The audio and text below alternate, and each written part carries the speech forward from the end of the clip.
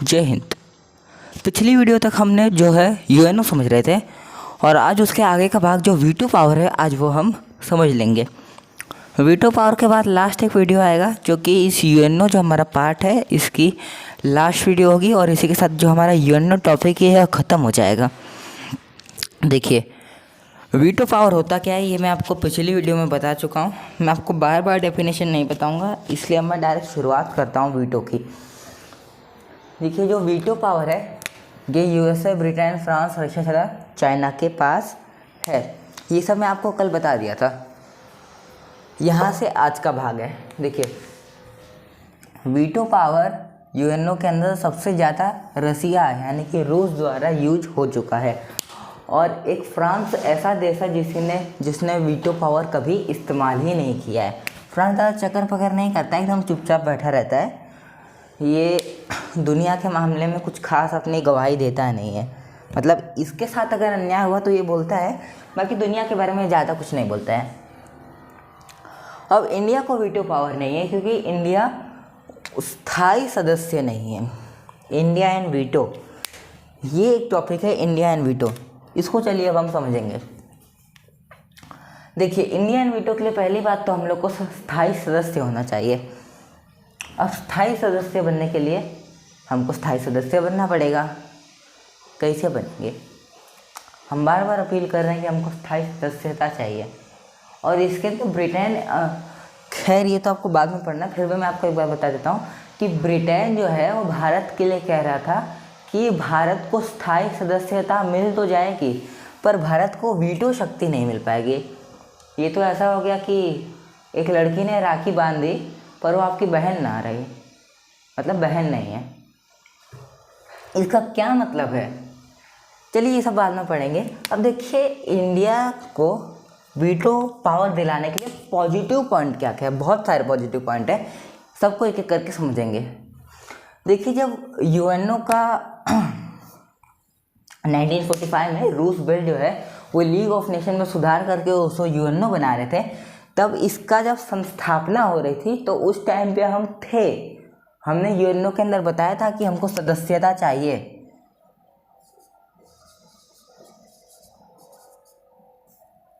और ये लोग जो है कि हम लोग को स्थायी सदस्यता नहीं दे रहे।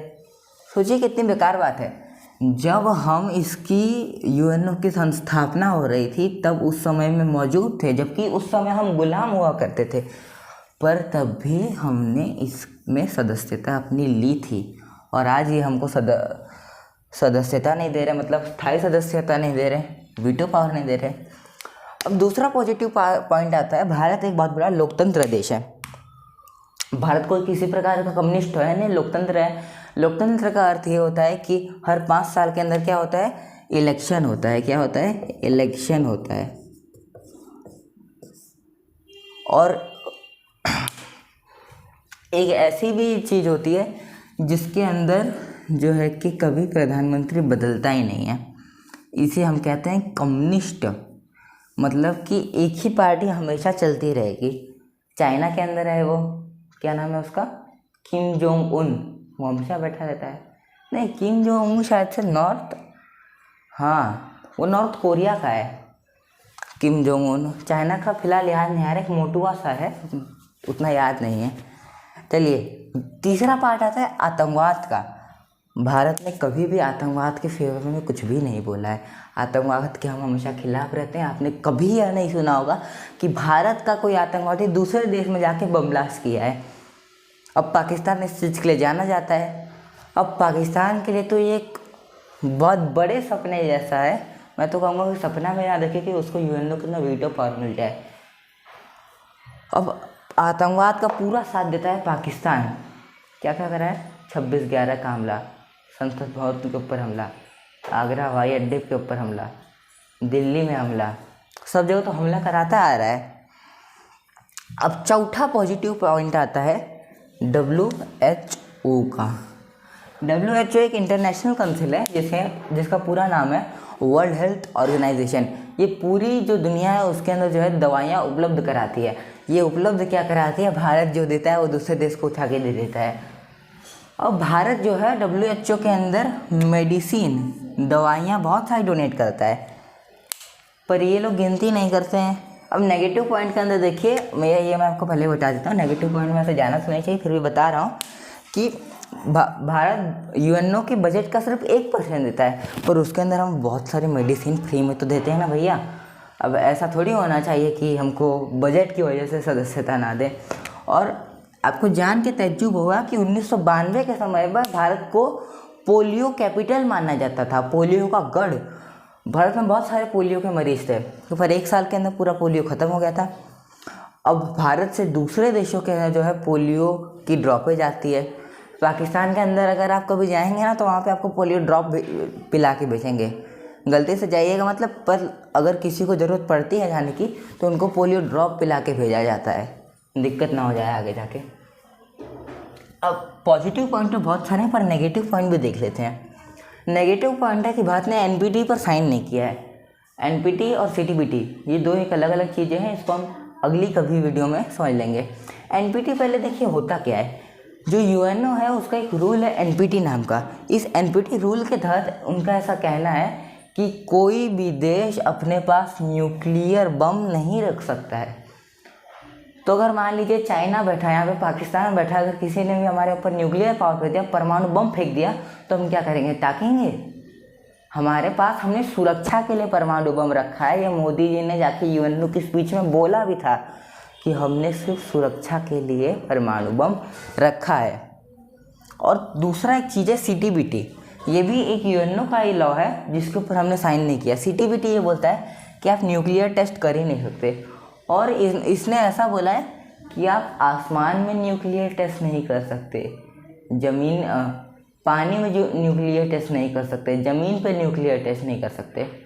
तो जब लोगों ने पोखरम में बम फोड़ा था न्यूक्लियर वाला, वो ज़मीन के अंदर गड्ढा खोद के किए थे, ज़मीन के अंदर मनाही नहीं थी। तो CTBT के ऊपर भले हम साइन नहीं किए हैं, पर इसके नियमों का उल्लंघन भी हमने नहीं किया है। अब तीसरी बात आती है बजट का। भारत जो है कि बजट 1% ही देता है, हालांकि ये मैं आपको पहले बता चुका हूँ कि दवाइयाँ उपलब्ध करा देता है। चौथा देखिए कश्मीर का मैटर है। हालांकि ये कश्मीर का जो मैटर है ये हमारा सिर्फ पाकिस्तान भारत का मैटर है, इसको दुनिया के मैटर में नहीं लेके जाना चाहिए।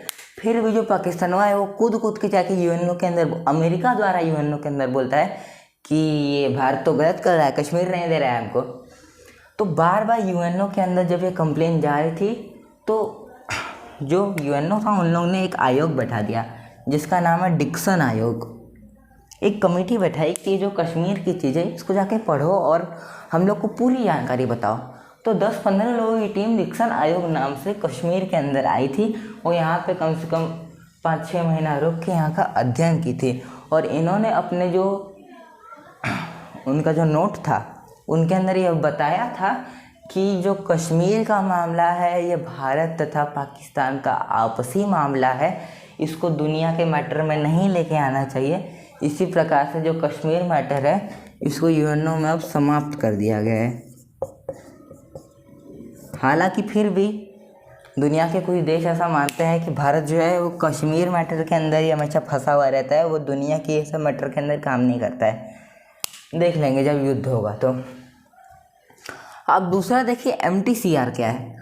अब देखिए वीटो पावर आप समझ चुके हैं, मतलब भारत तथा वीटो, ये आप पूरा अच्छे से समझ गए, मैं आपको काफ़ी बता दिया हूँ ये।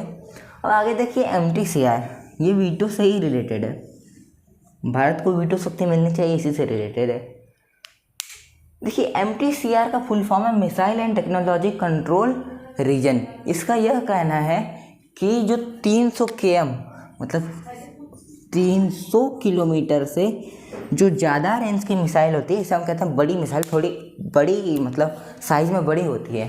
तो MTCR ये तो पूरी दुनिया के अंदर लॉ एंड ऑर्डर चलाता है, मतलब इसे एशिया में तो काम करता है।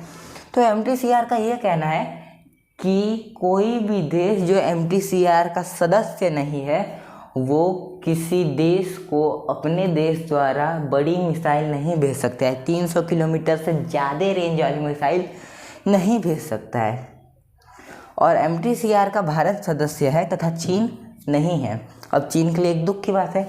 और चीन, देखिए चीन इतना बेकार व्यक्ति है ये जब दो आदमी का युद्ध चल रहा था ना तो दूसरे वाले को जाके और कोंचता है। मतलब ये क्या चाहता है कि अब भारत पाकिस्तान का युद्ध हो कश्मीर के रिलेटेड, और इसलिए ये चीन है ये चाहता है कि ये पाकिस्तान को S-400 मिसाइल भेजे, S-400 बेच दे और वो भारत के ऊपर मार दे पाकिस्तान। उसके बाद वो सियाचिन में और अंदर घुसेगा, सिक्किम में घुसेगा। पर इसके पास जो MTCR का सदस्यता ही नहीं है, और ये MTCR के अंदर कई बार अपील कर रहा है कि इनको सदस्यता दो, पर सदस्यता नहीं दे पा रहे हैं। और MTCR के अंदर एक सबसे पॉजिटिव पॉइंट भारत का है कि MTCR के अंदर भारत के पास वीटो शक्ति है। मतलब अगर हम खुल्ला चाइना को कह सकते हैं आप हमको UNO के अंदर वीटो शक्ति दिलवा दो, और यहाँ पे MTCR के अंदर हम आपको वीटो शक्ति दिलवा देंगे, क्योंकि UNO के अंदर जो बचे हुए देश हैं USA, ब्रिटेन, फ्रांस, रशिया, ये चारों देश हमारे फेवर में खड़े हैं। ये हमको वीटो शक्ति दिलवाने के अंदर मना नहीं करेंगे, बस ये चाइना ही एक अड़ंगा बना के फैला है। अब चाइना से ही तो दिक्कत है मैन। अब नेक्स्ट वीडियो में हम समझेंगे कि जो हम लोग का UNO है इसमें मेन लैंग्वेज कौन सी चलती है और G4 क्या है, ये सब हम समझ लेंगे। तब तक के लिए जय हिंद। उम्मीद है आपको ये वीटो जो शक्ति थी ये अच्छे से समझ में आया होगा। तब तक के लिए जय हिंद।